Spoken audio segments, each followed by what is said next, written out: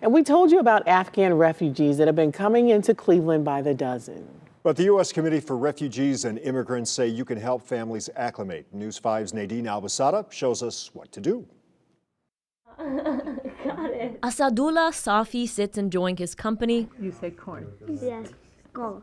Corn, yes, good. While his daughters learn new words. Not this one, Mama? But just a few months ago, Asadullah and his wife and 5 daughters feared for their safety in Afghanistan. So I could not stay there anymore because the recent government, they could create any kind of problem to us.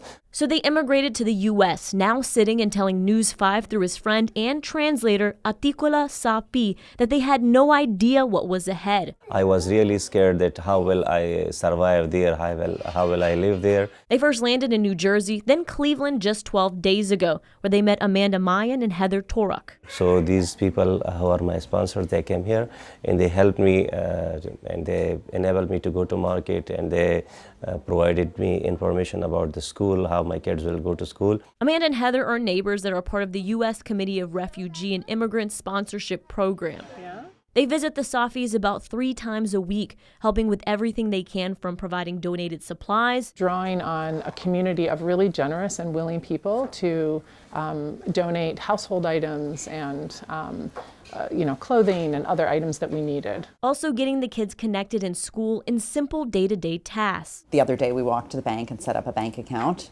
go to the grocery store and start figuring out the difference between a salted and an unsalted cashew, because you might have a preference. All while overcoming language barriers. There's a lot of universal symbols and smiles and nodding. But sponsorship doesn't look the same for everyone. Sponsorship can also be a 1-hour-a-week commitment for a family to just take them to the grocery store. Potato and sweet potato.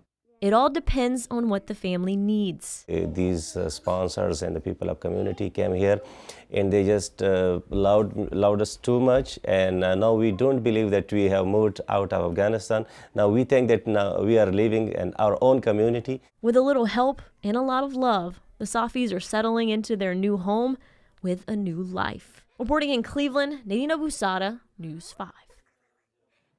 Right now, 90% of refugee families in Cleveland do not have a sponsor, nobody like Amanda or Heather. If you're interested in helping out, you can go to our website and find a link there. If that's just not for you, donations, volunteers, translators, they're always in demand as well.